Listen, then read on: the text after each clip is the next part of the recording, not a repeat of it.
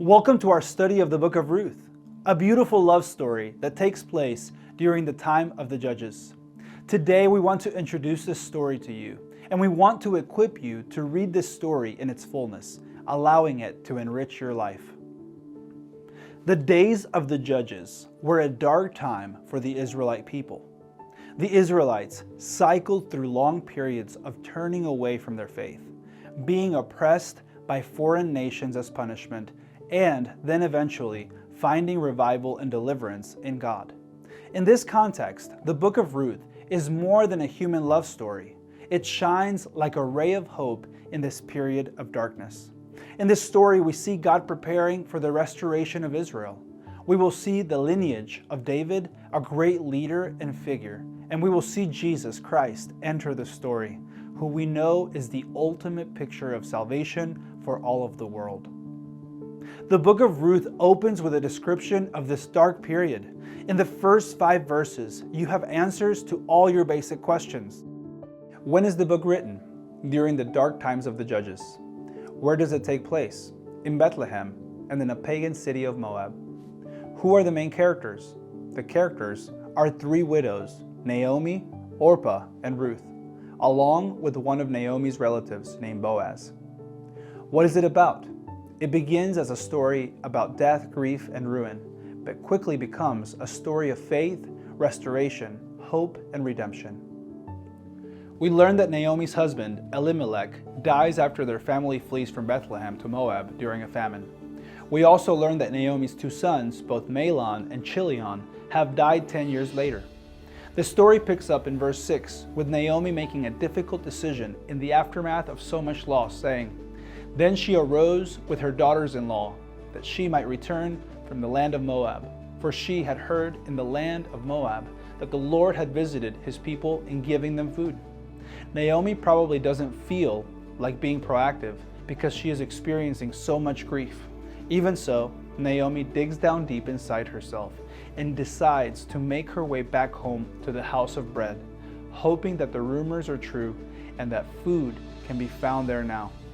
At first, both daughters-in-law accompany her on her trip back. We see some similarities between this story and that of the prodigal son. In Luke 15, the son returns home after losing everything, and he doesn't expect a warm welcome. In fact, he just hopes his father will let him become a slave so he can at least eat and survive. In the same way, Naomi's broken heart turns toward her home. At this point, it is safe to say she feels completely abandoned by her God and doesn't expect much from him after experiencing so much loss, just like the prodigal didn't expect much from his father.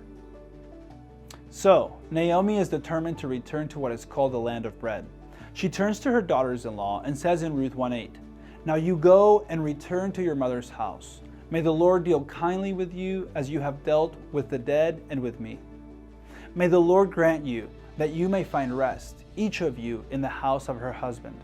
She's essentially saying to her daughters-in-law, "God bless you for all you did for me and my family. But because all of our husbands are dead, you should return to your own homes where you can start your lives over again." Can you picture it? This is a heart-wrenching scene filled with tears and confessions of love. The women, however, refuse to leave her. This just won't do. Naomi feels like a sinking ship, and she doesn't want to bring these young widows down with her. She continues to explain why it makes no sense for her daughters-in-law to stay with her. After all, what can they possibly do for each other? Surely, she will not have any more sons that these women could marry. Even if she did have more children, would they wait for those sons to grow up? Of course not. Their only hope for a meaningful life is to go home to their own families, because she says in Ruth 1:13, "It is harder for me than for you, for the hand of the Lord has gone forth against me." Naomi feels that she has suffered the most, and she blames it all on the Lord. In the end, Orpah agrees with Naomi and decides to go home. Ruth, on the other hand, sticks around. Naomi doesn't give up on convincing Ruth to leave her. She says to her, "Behold, your sister-in-law has gone back to her people and her gods. Return after your sister-in-law." It's important to know that Naomi is encouraging these young women to go back to sinful people who worship pagan idols. This doesn't seem consistent with Naomi's faith in the one true God. This shows just what a dark spiritual valley she is in. It is at this point in the story where we find one of the greatest speeches in Scripture. In chapter 1, verses 16 through 17, Ruth refuses to leave Naomi's side and refuses to go back to her family's pagan gods. She passionately says to Naomi, "Do not urge me to leave you or turn back from following you. For where you go, I will go, and where you lodge, I will lodge. Your people shall be my people, and your God my God. Where you die, I will die, and there I will be buried." What a beautiful demonstration of devotion, love, and self-sacrifice. Ruth is with Naomi to the bitter end. Ruth's words here are a favorite for weddings in some parts of the world. They represent oneness and commitment that is hard to rival. Let's listen to it one more time. "Do not urge me to leave you or turn back from following you. For where you go, I will go, and where you lodge, I will lodge. Your people shall be my people, and your God my God. Where you die, I will die, and there I will be buried." Every culture has its own expectations of what family commitment should look like. This includes expectations of how a married man or woman should interact with parents, siblings, and even extended family like cousins, aunts, uncles, nieces, and nephews. The fulfillment of these expectations is not always easy for an in-law because the connection is made through marriage and not through blood. Some people make the mistake of thinking that when they marry, they are only marrying their spouse. Some do not consider the larger family obligations at play. They never really begin to see their spouse's family as their own. If this isn't corrected, it can end up driving a wedge of separation between a family, eventually forcing a choice to be made. Saying from the heart, "Your people are my people," like Ruth, is the best path to peace between a husband and a wife. This is a statement of true commitment. After that beautiful pledge of loyalty, Naomi stops trying to convince Ruth to go home. The two travel to the land of Israel together, and as they enter Bethlehem, they are greeted enthusiastically. Women rush out from all over town asking, "Is this Naomi?" Remember that Naomi is not particularly happy to be back. She still blames God for her situation. So, Naomi rejects their greetings. In Ruth 1:20 through 21, Naomi says, "Do not call me Naomi, call me Mara, for the Almighty has dealt very bitterly with me. I went away full, but the Lord has brought me back empty. Why do you call me Naomi, since the Lord has testified against me, and the Almighty has afflicted me?" The wordplay here can be easily lost in translation. You see, Naomi means pleasant, and Mara means bitter. So Naomi essentially says, "Do not call me pleasant, call me bitter." Naomi blames it all on God and is so consumed with self-pity that she doesn't appreciate the treasure at her side. God has big plans for Naomi, and she has not come back home empty-handed.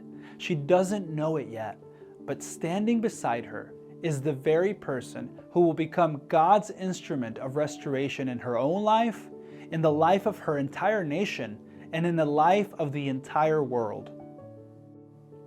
Even in the midst of Naomi's despair, the storyteller has planted the seeds of hope. The last verse of chapter 1 says, "So Naomi returned, and with her Ruth the Moabitess, her daughter-in-law, who returned from the land of Moab. And they came to Bethlehem at the beginning of barley harvest." God is working, and it's no coincidence that they returned during a harvest. Hope has sprung up in the land, even if Naomi's heart cannot appreciate it or even notice it at the moment. Naomi and Ruth are no strangers to hardship, but a way is being made for God's provision and restoration to come through this harvest. Once they are settled back in the home Naomi had abandoned during the famine, Ruth decides that she is going to go out and get food for them. How does she plan to do this? By picking up the leftover pieces of someone else's crops. This scene has its roots all the way back to the book of Leviticus. Listen to chapter 19, verses 9 through 10. "Now when you reap the harvest of your land, you shall not reap to the very corners of your field, nor shall you gather the gleanings of your harvest, nor shall you glean your vineyard, nor shall you gather the fallen fruit of your vineyard. You shall leave them for the needy and for the stranger. I am the Lord your God." Little does Ruth know that the God she swore her allegiance to in her speech to Naomi is now guiding her very steps.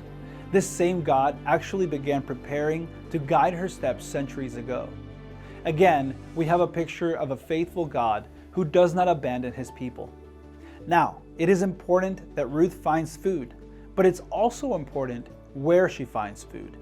In Ruth chapter 2, verses 1 through 3, it reads, "Now Naomi had a relative of her husband, a man of great wealth and of the family of Elimelech, whose name was Boaz. And Ruth the Moabitess said to Naomi, 'Please let me go to the field and glean among the ears of grain, following one in whose eyes I may find favor.' And she said to her, 'Go, my daughter.' So she left and went and gleaned in the field after the reapers, and she happened to come to the portion of the field belonging to Boaz, who was of the family of Elimelech." This character named Boaz will end up playing a very important role later in the story.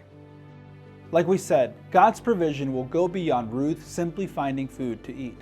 His provision also involves godly care for a widow. There are examples of what this kind of care should look like in the Old Testament, including Deuteronomy chapter 25, verses 5 through 6, which reads, "When brothers live together and one of them dies and has no son, the wife of the deceased shall not be married outside the family to a strange man. Her husband's brother shall go into her and take her to himself as wife and perform the duty of a husband's brother to her. It shall be that the firstborn whom she bears shall assume the name of his dead brother, so that his name will not be blotted out from Israel." Families are called to look after each other in a special way and to have each other's backs in times of trouble. The marriage provision explained in Deuteronomy is one piece of this. The man who agrees to marry a family member's widow is called her kinsman redeemer and does several things for the widow. He cares for her, pays off any debts she may have, and gives her at least one child to be raised on her first husband's land in her first husband's name. So, chapter 2 begins with this promise of provision. God is leading Ruth to the very fields of a great and devout man named Boaz, who happens to be related to Naomi. This is not coincidence, just God's hand at work. As we close, consider how this story already gives us a wonderful picture of God's grace, mercy, and provision. While things have been difficult for Naomi and Ruth, God has been working all along behind the scenes to provide for them. And as the story continues to unfold, we will see an even fuller picture of how God is moving through them to redeem all of Israel and the entire world too. In the book of Ruth, we see that even when we feel abandoned by God and blame Him for our hard circumstances like Naomi does, He is still working things out for our good. So, if you're wondering, like Naomi, know that God is drawing you to Himself. Cry out to Him in faith today.